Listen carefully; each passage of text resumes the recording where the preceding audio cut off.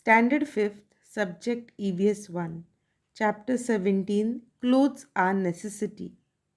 Dear students, observe the pictures given below carefully. Choose the clothes you would like to have and circle them. This activity is on page 82 of your textbook. You can circle the clothes that you would like to have. After doing that, in the box, write the total number of clothes you selected. This is on page 83. Does the number of clothes you have chosen tally with that of your friends? There are a few questions that you need to ask yourselves. First, on which days will you wear the clothes you have chosen? How many times in a day will you change your clothes? Do you think you should have other clothes besides the ones you have chosen? If so, write how many in the box. So, like this, there are few questions which you have to answer yourself as an activity on page 83. Some more questions are, apart from the clothes, which other things would you like to wear? Will you lend your clothes to your friends? Then, which clothes that you see in the advertisement would you like to wear? So, we like to wear many different types of clothes and we wish to own them as well. So, now what we can do, we can try this. Visit people in your surroundings who often take shelter at places like railway or bus stations, brick kilns, open grounds, etc. Discuss the following points with them and make notes. So, what you will ask them? First, what is the total number of clothes they have? Second, what do they wear in summer? Third, what kind of clothes do they wear in winter? Fourth, what clothes do they use during the monsoon season? Fifth, what do they wear to functions and festivities? Sixth, how many times in a day do they change their clothes? You will find that they have hardly any pair of clothes to wear and they do not change their clothes as often as we do. So, what did you realize from the activity that you carried out related to the questions asked in the textbook? And you will realize that we choose to have clothes more than we actually need them. And those people in the picture, they need more clothes but they have very few and they continuously repeat the same clothes. So now can you tell? Repeat the first can you tell activity and make new notes in your book. While doing this, keep in mind your need and write the number of clothes you choose in the box. Now, when you write the number of clothes you choose in the box, are your answers in the second activity the same as in the first? Definitely not. After we realize that there are people who need clothes and they have minimum and we go on for with a greed, we need to reduce that. So, in the second activity, definitely our number of clothes will be less. So after this activity, we may find that the number of clothes we wish to have is rather large. Wanting clothes and really needing them are different things. Wanting things when we do not need them is simply desire, not necessity.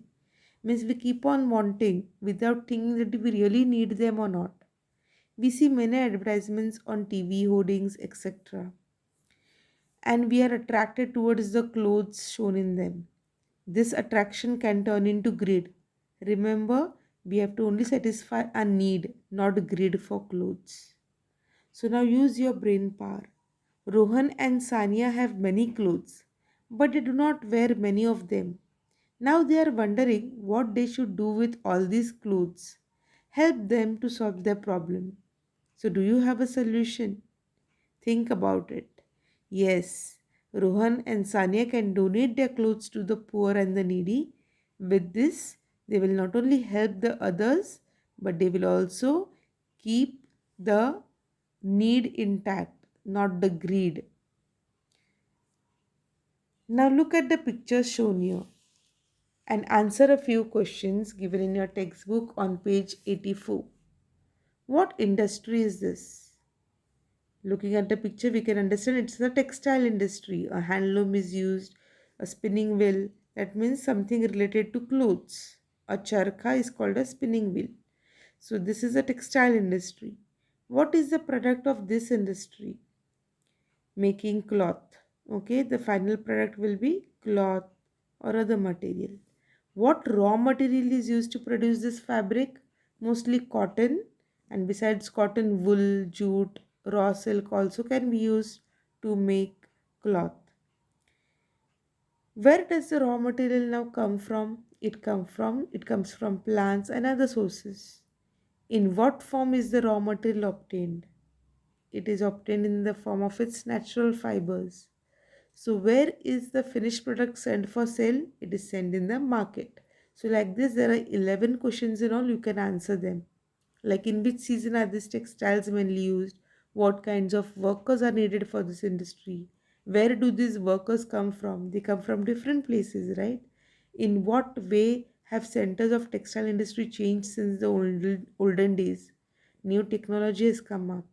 Okay, then what problems are encountered in this industry? Like this, various questions you have to answer to understand this activity better. So we obtained information about the textile industry centers by asking the questions given above. Now let us see examples of the textiles that are the specialties of Maharashtra, like the Paithani of Paithan and Yeola, Himru shawls from Aurangabad, bedsheets and bedspreads from Solapur. Okay, you can see in the second picture bedsheets from Solapur, handloom and powerloom cloth from Ichalkaranji, etc.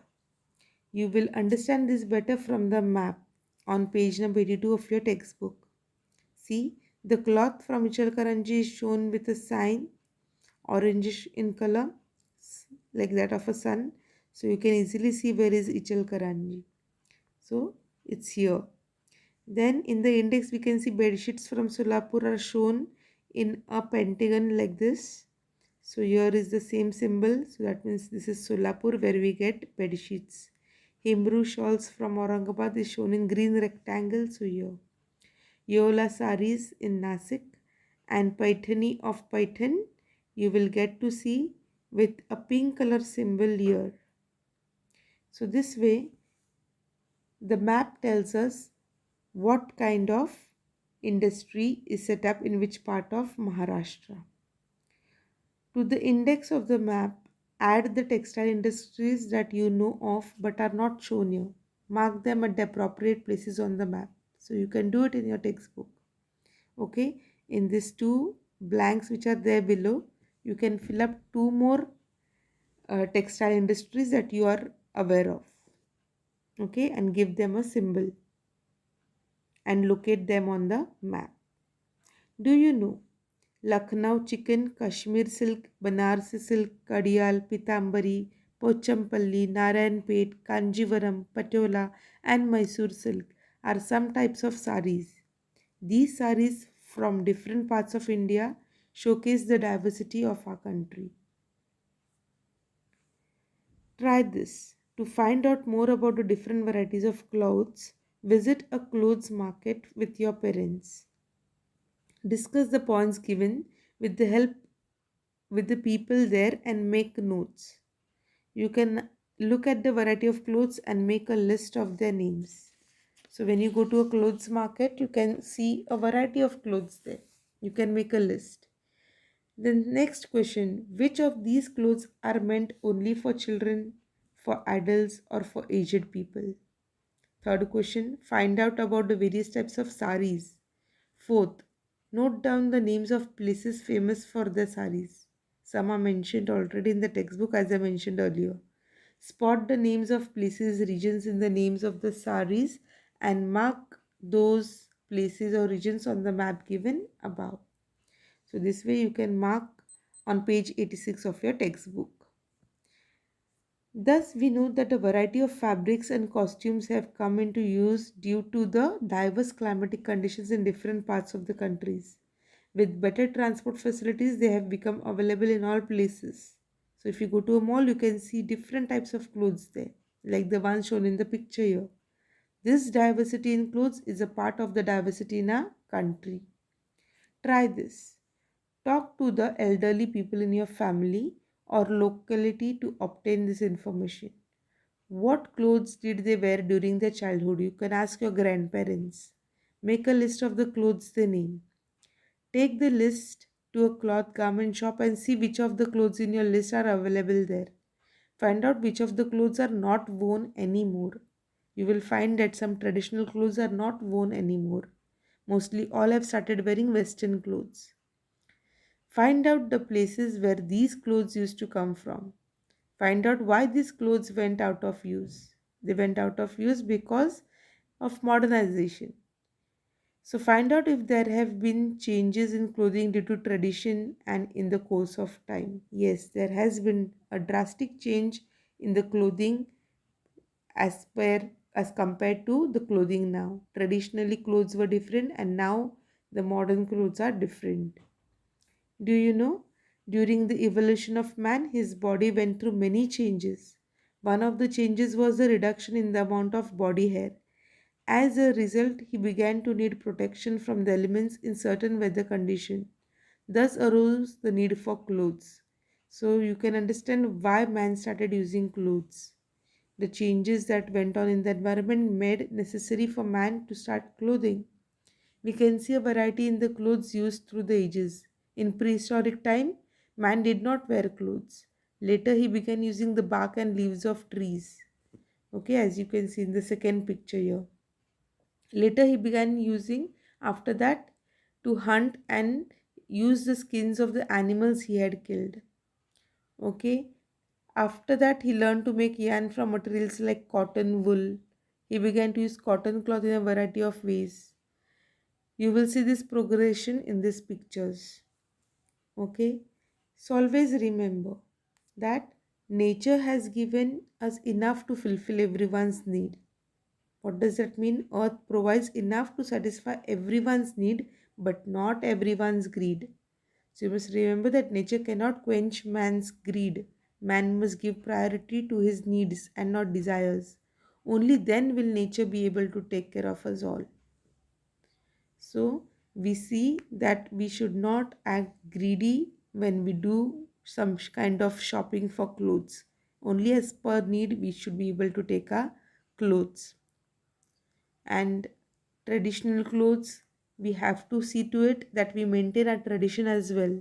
Nowadays we have traditional day to wear traditional clothes because we don't see in our everyday life traditional clothes worn. Next, do you know Mumbai was famous worldwide for its textile mills? The humid weather on the island facilitates the manufacture of long thread for making cloth. You can see in the second picture long thread. So long threads are being used in textile industry. That is why Mumbai became a big center for the textile industry. The flourishing cloth industry attracted workers from all over the country who came and settled here. From then on, Mumbai became an important hub for financial activity in India. So textile industry brought a revolution in Mumbai in Maharashtra. Now in this picture, the clothes worn in different regions of the country are shown. So the clothes worn in different regions of the country are different depending on the local climate. Collect pictures of traditional clothes worn in Jammu and Kashmir, which you can see here. In the second picture, you can see Rajasthan, then third picture Maharashtra, and finally Kerala. Discuss the climate of those areas based on the pictures. So you can even do this activity for yourself. So what you have learned? Wanting things you do not need is desire, not necessity. We must use things only as we need them. Several regions in a country have a tradition of producing fabrics characteristics of the place. We learned about the diversity in clothing in a country with the help of maps. So, this way we have completed our chapter number 17, Clothes are Necessity. Do read the chapter from your textbook and complete the activity in your textbook. Stay safe, keep learning, and thank you.